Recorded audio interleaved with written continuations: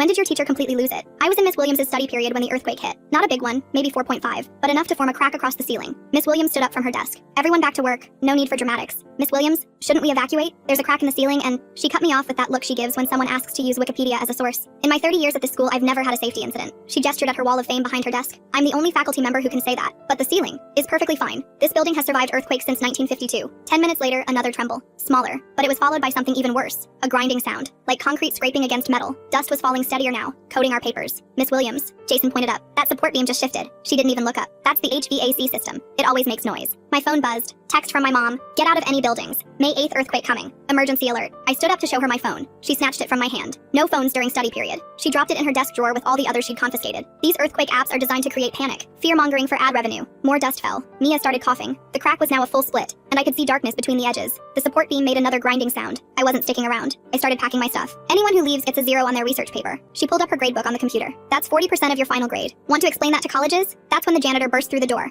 Everyone out. Building's compromised. Get out! Miss Williams actually shoved him. You're creating panic! She slammed the door and locked it. Then she did something I'll never forget. She started pulling down the blinds so other teachers couldn't see in. I've worked too hard for too long to let manufactured hysteria ruin my perfect record. She was actually shaking. That witch at Washington High had only had one paper cut incident. One. And if she thinks she deserves the award, she has another thing coming. A chunk of concrete the size of a textbook crashed onto Emily's desk. She screamed and jumped back. We all did. That's from construction next door. Miss Williams was basically shrieking now. They're trying to sabotage me. The timing is too convenient. The support beam wasn't just making noise anymore. It was bending. Actually visibly bending in the middle like a straw. The entire ceiling was sagging down with it. Sarah was crying. Please, my dad's a structural engineer. He says old buildings can pancake in seconds. Please let us leave. Your father wants my award. They all do. 30 years. 0 incidents. Perfect record. That's when the lights started flickering. A water pipe burst through one of the cracks, spraying everywhere. The sound coming from above us was like a giant chewing gravel. I looked at Jason. He looked at me. We both looked at the fire alarm. Don't even think about it. Miss Williams moved to block us. False alarms are expulsion. Criminal charges. I'll ruin every single one of you. Another chunk fell. Then another. The grinding turned into a shrieking metal sound that hurt my ears. Jason played football. I ran track.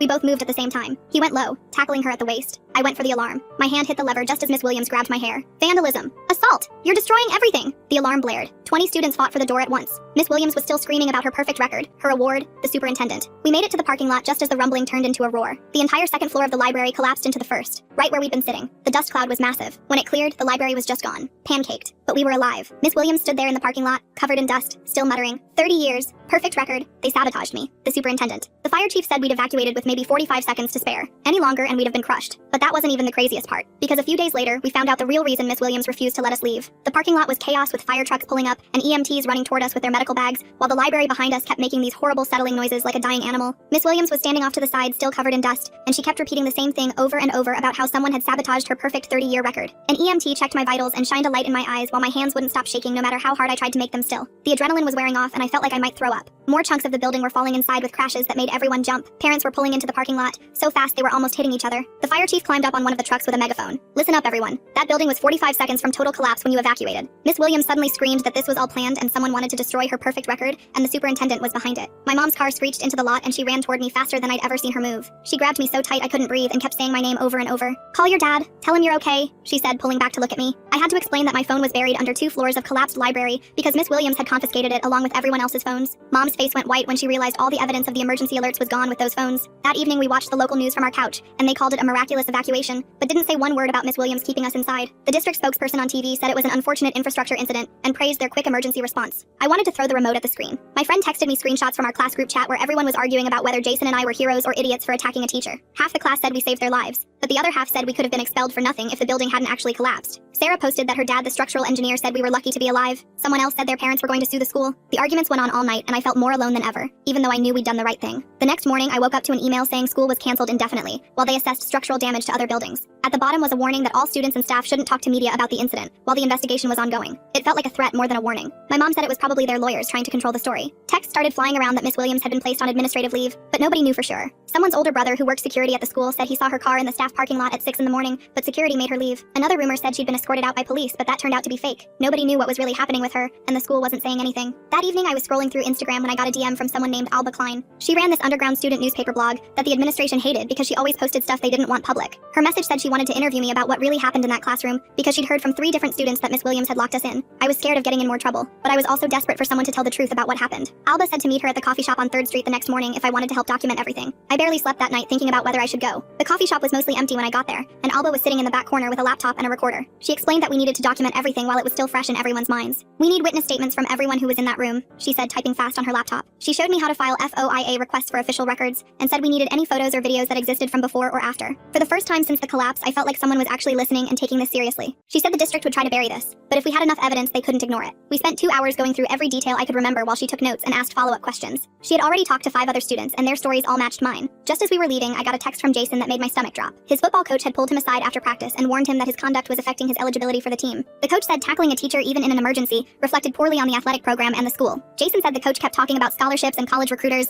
and how this could ruin everything he'd worked for. I couldn't believe they were actually punishing him for saving our lives. That night I couldn't sleep and kept hearing the grinding metal sound from the library, even though it wasn't there. My sheets were soaked with sweat, and every time I closed my eyes I felt dust falling on my face. I wonder what Miss Williams was really protecting with that perfect 30-year record. Seems like there's something deeper than just wanting an award that made her risk 20 students' lives. Around 3 in the morning, I gave up trying to sleep and went to the kitchen. My hands were shaking when I tried to pour water and I dropped the glass on the floor. The crash made me jump, and suddenly I was back in that classroom with chunks of concrete falling. My mom found me sitting on the kitchen floor picking up glass pieces with my bare hands. She pulled me up and made hot chocolate like when I was little, not saying anything about the tears on my face. The next morning, she was already dressed for work when I came downstairs, but she had her laptop open at the kitchen table. She said we needed to file a formal complaint with the district about what Miss Williams did. I didn't want to think about it anymore, but she kept saying nothing would change if we didn't document everything officially. We sat there for 3 hours while I told her every single detail I could remember. She typed it all up, asking questions about exact times and who said what and where everyone was standing. My hands started shaking again when I described the support beam bending, but she kept typing. She made me read through it twice to make sure everything was accurate before she hit submit on the district website. The automated response came back immediately saying Principal Duncan Knight would meet with us in 2 days to discuss our concerns. My stomach churned reading his name because everyone knew he always sided with teachers no matter what. 2 days later, we sat in his office while he shuffled papers and talked about my improper activation of emergency equipment. He never once mentioned Miss Williams locking the door or ignoring the evacuation warnings. He kept using words like protocol and proper channels and chain of command while looking at his computer screen instead of us. My mom tried to explain about the building collapse, but he cut her off saying the fire alarm activation was premature and unnecessary. He said I should have reported my concerns to the office instead of taking matters into my own hands. I pulled out my phone to show him the screenshots my mom's friend took of the emergency alerts that day. He barely glanced at them before saying those weren't official school communications, and following them violated established procedures. He said students needed to trust faculty judgment, not outside sources that might not understand the full situation. My mom grabbed my arm when I started to stand up because she could see how mad I was getting.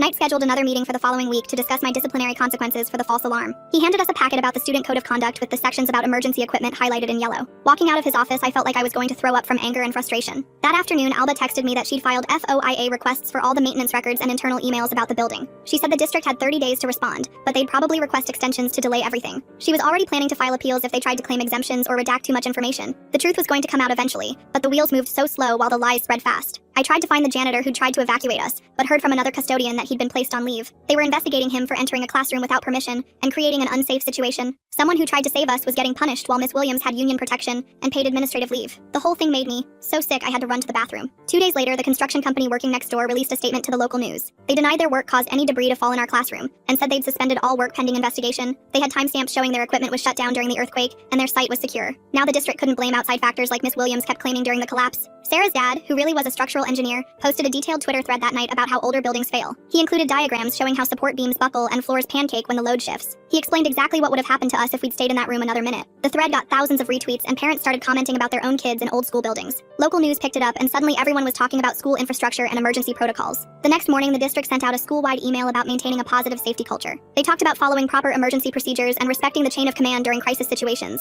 They never mentioned Miss Williams by name or admitted anything went wrong that day. The language was so clean and corporate, it sounded like lawyers wrote every word. They were already trying to make everyone forget what really happened by burying it in bureaucratic nonsense. 3 days later, I was pushing my cart through the produce section at the grocery store when I spotted Miss Williams near the apples. She saw me at the exact same moment and her whole body went stiff. Without grabbing anything from the display, she turned her cart sharp and headed down the cereal aisle. She looked smaller than before, like the whole thing had shrunk her somehow. Her hair wasn't perfect anymore, and she had this hunched way of walking now. Part of me wanted to follow her and say something, but I didn't feel sorry for her at all. She almost got us all killed for some stupid award that didn't even matter anymore. I kept shopping, but my hands were shaking a little as I picked out bananas. The next morning, I got an email from someone named Paolo Langley, who said he worked for District Risk Management. He wanted to schedule interviews with every student who was in the room that day. His email went on about how this was just routine information gathering to help them understand what happened. The way he wrote it made it sound like he was doing us a favor by listening to our stories. We all knew what this really was, though. They were building their defense case and trying to figure out how to protect themselves from lawsuits. I wrote back that I could meet him Thursday after school. I spent the next 2 days getting ready by writing down everything I remembered in order. When Thursday came, I walked into the conference room at the district office and Paolo was already there with his laptop open. He stood up to shake my hand and gave me this fake concerned smile. "Thanks for coming in. This shouldn't take long." He started asking me to walk through what happened that day. At first his questions seemed normal, but then he kept circling back to the moment I pulled the fire alarm. "Did you consider any other options before pulling the alarm?" I told him the ceiling was falling. "I understand that's how it appeared to you, but did you try talking to Miss Williams again?"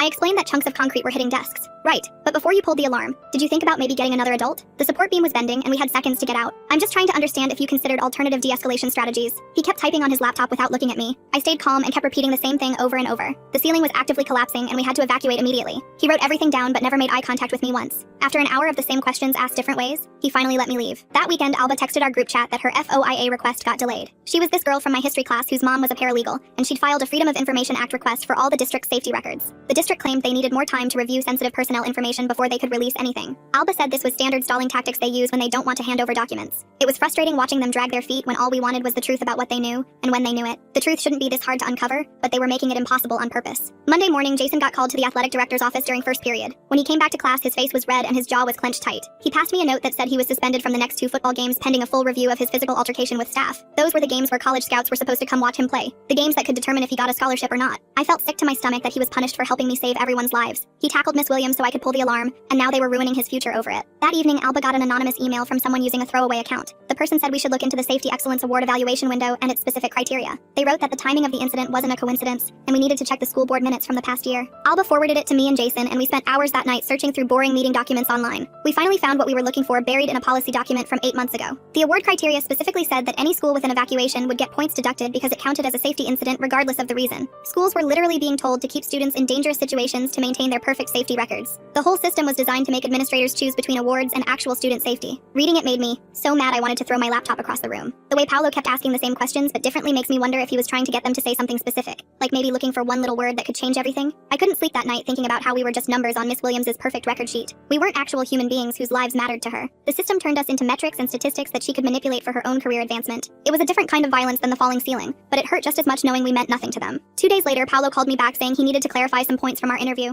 This time he started hinting that there had been previous minor incidents in Miss Williams' classroom that were never formally reported. He wouldn't give me any details but kept asking if I'd ever seen her refuse to let students leave before. He suggested other students had raised concerns in the past, but nothing official was ever filed. The pattern had been there all along, but nobody did anything about it. Thursday afternoon, I was in the bathroom stall when 2 teachers came in talking about Miss Williams. They were saying the union would definitely protect her because she followed district guidelines about not evacuating without official authorization from the main office. They sounded way more worried about setting a bad precedent than about what almost happened to us. One of them said if teachers could get in trouble for following the rules, then nobody would want to work there anymore. The adult world felt completely broken listening to them care more about contracts than kids' lives. My head started pounding worse that night and wouldn't stop for days. Mom kept giving me aspirin, but nothing helped. The pain got so bad I couldn't focus in class, and my teachers kept asking if I was okay. Finally, on Wednesday, I went to the school clinic during lunch. The nurse took my blood pressure and asked about my symptoms. She said it was stress-related tension from the trauma, and gave me some pamphlets about breathing exercises and coping strategies. The papers talked about meditation and positive thinking, which felt pretty useless when I kept seeing that ceiling crack in my mind. I stuffed them in my backpack and went back to class with my head still throbbing. That afternoon, my phone started blowing up with notifications. Someone had posted a video in our class group chat that I'd never seen before. It was from inside the study room right before the evacuation. The video was shaky and only 30 seconds long, but it showed Miss Williams walking between desks and physically taking phones from students. You could see her grabbing them out of people's hands and dropping them into her desk drawer. One kid tried to show her something on the screen, but she just yanked it away. The timestamp showed this was right when the emergency alerts were coming through. Finally, we had actual evidence of what she did. The video spread through the whole school within hours. Parents started sharing it on Facebook and Twitter. Local news picked it up by dinner time. The school tried to say the video was taken out of context, but everyone could see exactly what happened. The next morning, the construction company that had been working next door released their official work logs to the media. The logs showed they had stopped all work completely during both earthquakes, as their safety protocol required. They hadn't been doing any demolition or heavy work that day at all. This totally destroyed Miss Williams' claims about construction debris causing the chunks of concrete to fall. The danger had come entirely from our building's structural problems. The construction manager went on the news and said they'd actually been concerned about our building's stability for weeks. More evidence kept coming out every day. Alba texted me Thursday night saying she'd gotten something huge. Her mom's friend worked at the district office and had leaked an internal memo from Agnes Kaufman. The memo was dated the week before the collapse and talked about maintaining an incident-free week during the award evaluation period. It said any evacuation for any reason would immediately disqualify the school from consideration for the Safety Excellence Award. The pressure hadn't just come from Miss Williams wanting her perfect record. The administration had created this whole system that punished teachers for keeping kids safe. I printed out the memo and took it to Principal Knight's office Friday morning. He read it and his face didn't change at all. He called it a motivational communication, meant to encourage safety awareness. When I pointed out it literally said evacuations would disqualify us, he said I was misinterpreting the intent. He kept using these corporate words like stakeholder engagement and performance metrics that meant nothing. I left his office shaking with frustration at how he could twist everything to avoid taking responsibility. Meanwhile, Paolo had been doing his own investigation. He'd tracked down the janitor who had tried to warn us and interviewed him at his house. The janitor showed Paolo a copy of a maintenance ticket he'd filed the week before the collapse. The ticket specifically mentioned cracks in the ceiling of the library's second floor. It had been marked as non-urgent by someone in administration. The janitor had tried to follow up, but was told it would be addressed during summer break. Paolo posted screenshots of the ticket online and it went viral immediately. Then Alba got another breakthrough. Someone sent her a screenshot from the maintenance system showing that Miss Williams had personally logged in and changed the ticket status. She'd changed it from ceiling cracks, structural concern, to HVAC noise. No action needed. The timestamp showed she did this 3 days before the earthquake. She literally had written warning about the exact structural danger that almost killed us, and she buried it to protect her perfect safety record. My anger turned cold when I saw that screenshot. This wasn't just panic or poor judgment during an emergency anymore. She had known about the danger in advance and deliberately covered it up. We now had timestamped evidence proving Miss Williams knew about the ceiling problems and actively suppressed the information. Alba said her dad's lawyer friend told her this changed everything from negligence to willful endangerment. The documentation was building into something that couldn't be ignored or explained away. The evidence was all digital with timestamps and login records that couldn't be faked. I sat in my room that night trying to process everything we'd learned. We almost died not from some random natural disaster or unavoidable accident, but from someone's deliberate choice to ignore danger. The betrayal hurt almost as much as the fear had. Adults were supposed to protect us, but they'd chosen awards and metrics over our lives. My parents kept saying we were lucky to be alive, but it wasn't luck that almost killed us. It was specific choices by specific people who knew better. The school board announced they were scheduling a public meeting for next Tuesday,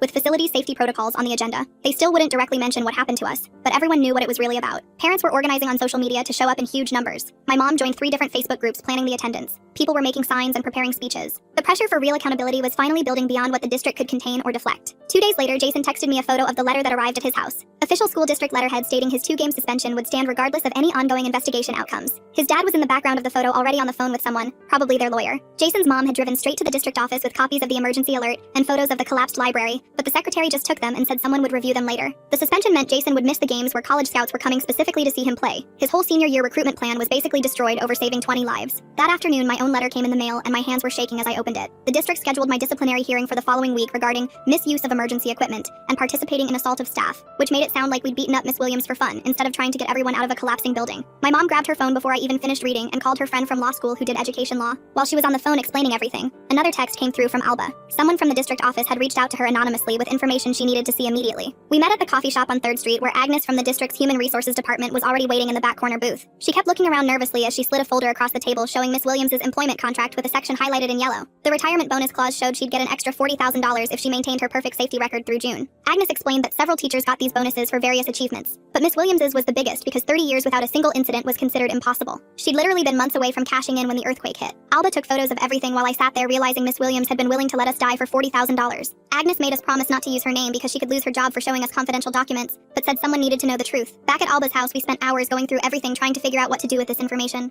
$40,000 for 30 years of perfect safety records? That's quite a specific number for a bonus that Miss Williams just happened to be months away from collecting when all this went down. Publishing it would expose Agnes as the source since only HR would have access to those specific documents. We decided to hold on to it unless absolutely necessary for protecting ourselves, but knowing about the money made everything even worse. The next morning, Alba got an email from a law firm representing Miss Williams, demanding she remove all content about the earthquake incident from her blog within 24 hours or face legal action for defamation. Alba's dad looked at it and said it was standard intimidation tactics, but we still had to be careful about what we published. Meanwhile, Paolo finally responded to Alba's information request with a carefully worded email confirming that yes, the district had various bonus structures and award criteria that could potentially influence decision-making, but he couldn't comment on individual cases or draw conclusions about specific motivations. He was basically confirming everything while legally covering himself from any liability. The morning of my hearing, I wore my most serious outfit and brought a folder with printed screenshots of the emergency alert, photos of the collapsed library, and a timeline showing we had 45 seconds between pulling the alarm and the building pancaking. The panel of 3 administrators sat behind a long table taking notes, while I explained that immediate action was necessary to preserve life. They asked why I didn't follow proper evacuation protocols, and I showed them the photo of Miss Williams physically blocking the door.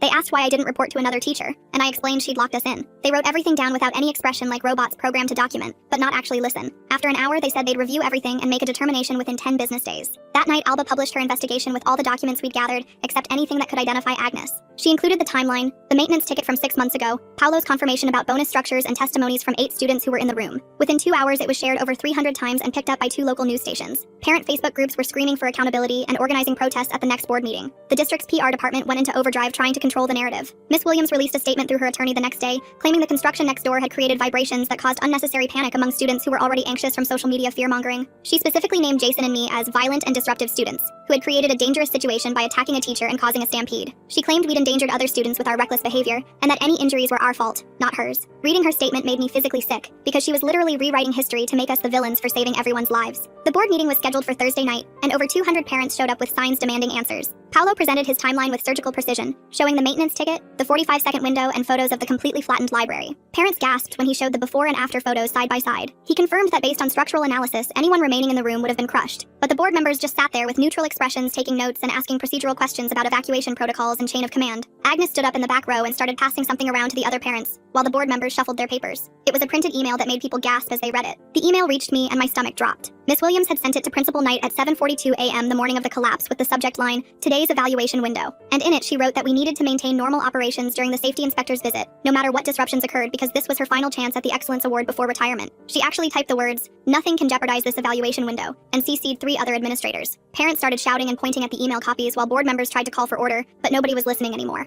Agnes from the teachers union got up to the microphone even though nobody called on her and started talking about impossible standards and contradictory policies that forced teachers to choose between safety protocols and performance metrics. Some parents actually nodded along while others yelled about their kids almost dying and how nothing justified keeping students in danger. The room split right down the middle, with half the crowd demanding criminal charges and the other half talking about systemic problems and budget cuts. Security guards moved closer to the arguing groups while board members huddled together, whispering and passing notes back and forth. After 20 minutes of chaos, they called a recess. And when we came back, they announced Miss Williams would be placed on unpaid leave pending a full investigation that could take several months. Parents wanted immediate firing, but the union rep said due process had to be followed, and the board agreed, even though people booed and threw crumpled programs at the stage. 2 days later, I got an official letter about my disciplinary hearing outcome, which said 3 days suspension with a note about mitigating circumstances that wouldn't affect my college applications or permanent record. My lawyer said I was lucky it wasn't worse, since technically I did assault a teacher even if it saved lives, and I should just accept it and move on. I signed the paperwork in the principal's office while he avoided eye contact and mumbled about difficult situations and learning experiences. Jason's suspension stayed at 5 days with no mitigating circumstances because he actually tackled Miss Williams, and the football coach said he'd have to miss both playoff games, which meant the team would probably lose without their starting linebacker. At lunch, kids kept coming up to our table with different opinions about whether we were heroes or troublemakers who cost the team their shot at state championships. Some of Jason's teammates wouldn't even look at us and moved to different tables, while others said we did the right thing, but wished we'd waited until after the season. The whole school felt divided, with some kids wearing safety first buttons and others wearing team jerseys to show whose side they were on. 3 weeks passed in this weird tension before they finally condemned the library officially and brought in demolition crews to tear down what was left of the collapsed structure. We watched from the parking lot as the wrecking ball smashed through the remaining walls and bulldozers pushed the rubble into dump trucks. They set up 12 portable classrooms in the soccer field and shuffled everyone's schedules around so different classes met at different times, and nobody knew where they were supposed to be half the time. Teachers had to share the portables and carry their supplies in boxes between periods, while students sat on the floor in hallways during free periods, because there wasn't enough space anymore. The chaos made everyone stressed, and fights broke out daily over stupid things like who got to use the one working water fountain, or whose fault it was that calculus now met at 6:30 a.m. I found Jason sitting alone at our old lunch spot 3 months after everything happened and sat down next to him without saying anything at first. We both looked different somehow, like we'd aged more than just 3 months, and understood things about the world we wished we didn't know. He showed me his rejection letter from his top college choice that mentioned his disciplinary record, and I showed him my acceptance to my safety school that was all I could afford anyway. We didn't need to talk about how saving 20 lives had somehow made us the bad guys, or how Miss Williams still had defenders who said we ruined a good teacher's career over a misunderstanding. The truth was messier than anyone wanted to admit, with heroes and villains all mixed together, and no clean resolution that made everyone happy. That night, I started writing my college essay on my laptop about what happens when schools care more about looking safe than actually being safe. I didn't write about pulling fire alarms or tackling teachers because that wasn't really the point of what happened to us. I wrote about how 2 teenagers recognized danger while adults argued about metrics and awards and reputation and liability and everything except the ceiling that was literally falling on our heads. What a journey that was. Thanks for hanging out and discovering all of this right alongside me. Until next time, like the video. It helps more than you think.